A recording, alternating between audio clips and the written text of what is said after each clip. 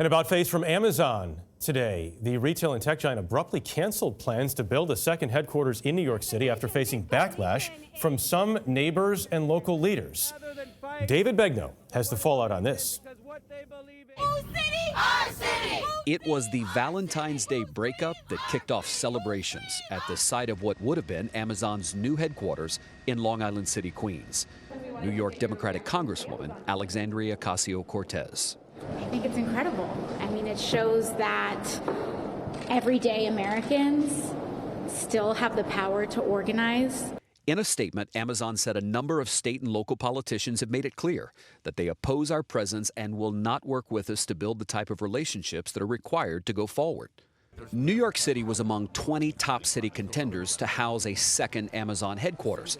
Amazon promised a $2.5 billion investment and 25,000 jobs. In return, New York offered $3 billion in state and city incentives. Congratulations!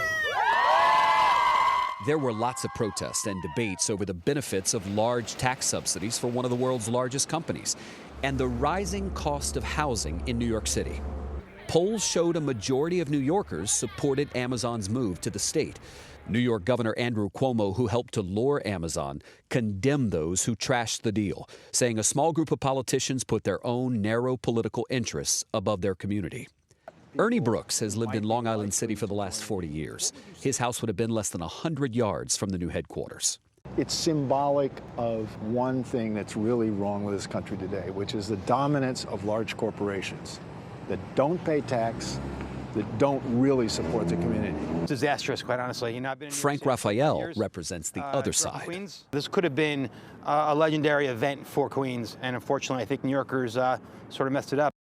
It may be hard to see in the dark, but the new Amazon headquarters would have gone right here at the edge of the East River in Long Island City, Queens, looking out at Manhattan.